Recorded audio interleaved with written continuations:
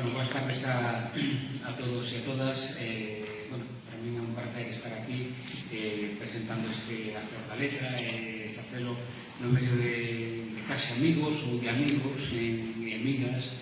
En xeral, un placer outra vez volver a estar aquí con Ramón e, ademais, que a presentación do meu libro coincida coa del. Reitérome no agradecemento pois a todas as entidades que fan posible que este premio para a infancia siga existindo.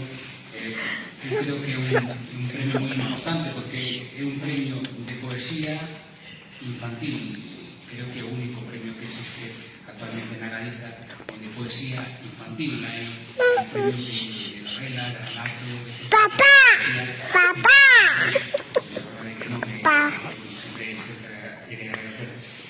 Teño que agradecerle moi especialmente a Miguel de Embora e a toda a xente que rodea a editorial de Embora polo traballo realizado, que para mí foi moi fácil traballar con eles, que é unha cousa que para os que escribimos sempre é moi importante, todo o traballo de edición, corrección, maquetación, etc.